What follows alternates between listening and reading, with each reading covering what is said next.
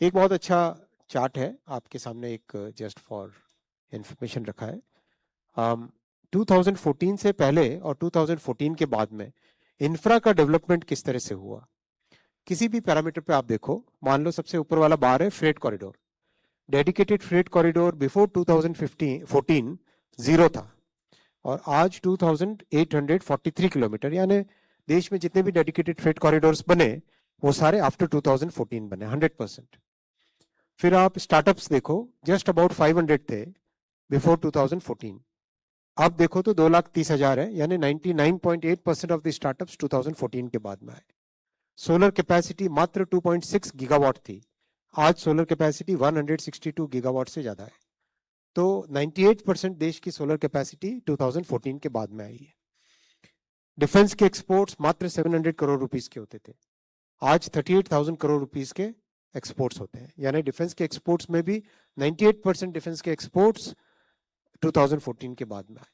Inland waterways में cargo मात्र जाता था 29 मिलियन मेट्रिक टन, आज जाता है 218 मिलियन मेट्रिक टन। 10 गुने से करीब करीब 8 गुने ग्रोथ हुई है। ये भी यानी ओवरऑल किसी भी पैरामीटर पे देखो, एक्सप्रेसवे नेटवर्क मात्र 1000 किलोमीटर था, आज 6700 किलोमीटर है। वाटरवेज 5 थे, आज 32 है।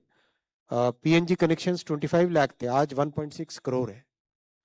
टैप वाटर एक्सेस 25 लाख था, that is now tap water access 17% of the homes में था, वो आज 80% ऑफ द होम्स में। रिन्यूएबल कैपेसिटी 54 गीगावाट से 250 गीगावाट बढ़ी। मेट्रो रेल मात्र 250 किलोमीटर था, उसकी जगह 1000 किलोमीटर्स, यानी 75% of the metro rail has been built after 2014। मतलब एक इतना बड़ा चेंज 2014 के बाद में मोदी जी ने जिस तरह से देश को नई दिशा दी है। पोर्ट्स की कैपेसिटी मात्र 800 एमटीपीए थी, मिलियन टन्स पर एनम थी, अब 2600, यानी 71% ऑफ द कैपेसिटी 2014 के बाद में क्रिएट हुई। रेलवे का इलेक्ट्रिफिकेशन 21,800 किलोमीटर था, अब 70,000 के आसपास हुआ, that mean 69% of the railway electrification has been done after 2014। AIIMS MBBS की सीट्स रेलेवेंट नंबर है, आज 51,000 थी, आज 1,39,000 है, यानी देश में जितनी एमबीबीएस की सीट्स हैं वो उसका 63% 2014 के बाद में क्रिएट हुई है।